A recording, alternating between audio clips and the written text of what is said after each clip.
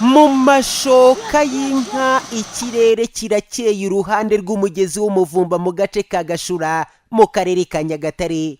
Inka n'ihene zirashoka uyu mugezi zishaka amazi, abaturage nabo niko badubika amajerekani muri uyu muvumba bavoma amazi bakoresha mu buzima bwa buri munsi. Bamwe muri bo barahita banywa aya mazi kugira ngo bice inyota batitaye ko amatungo yashotsemo.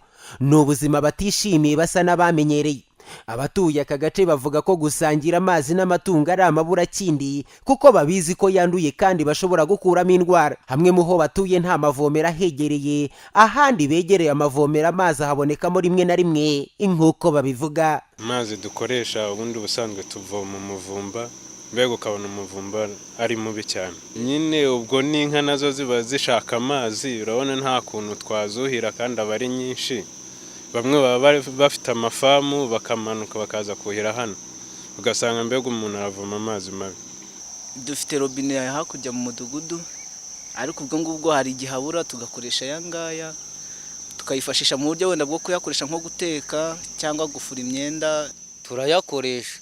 None se twabigenza ute?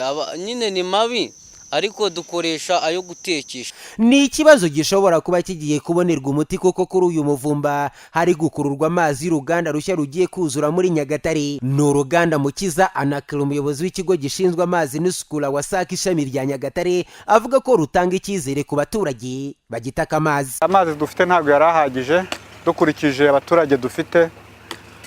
Amazi twari dufite ku munsi ntabwo yarahagije, yari amazi make ukurikije abaturage uko bangana muri Nyagatare. Abaturage muri rusange ba Nyagatare turababwira ko bashonje bahishiwe.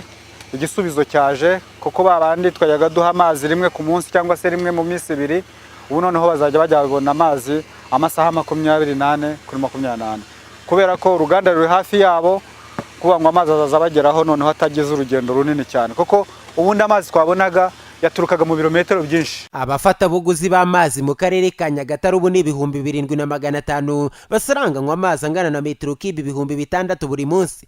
Abaturage bafite amazi meza muri ako karere ni 64%. Akarere ka Nyagatare karavuga ko muri uyu mwaka w'ingengo y'imari izindi ng'1,700 zizagezwaho amazi meza. Peter Muyombano, Flash TV.